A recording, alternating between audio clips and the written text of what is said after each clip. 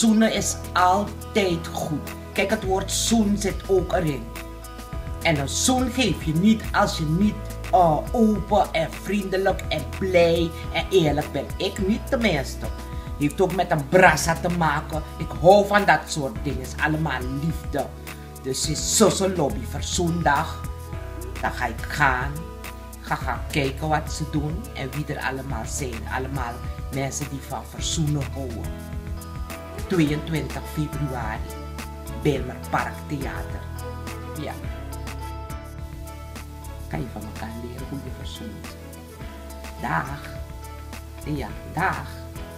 Is genoeg. Dag.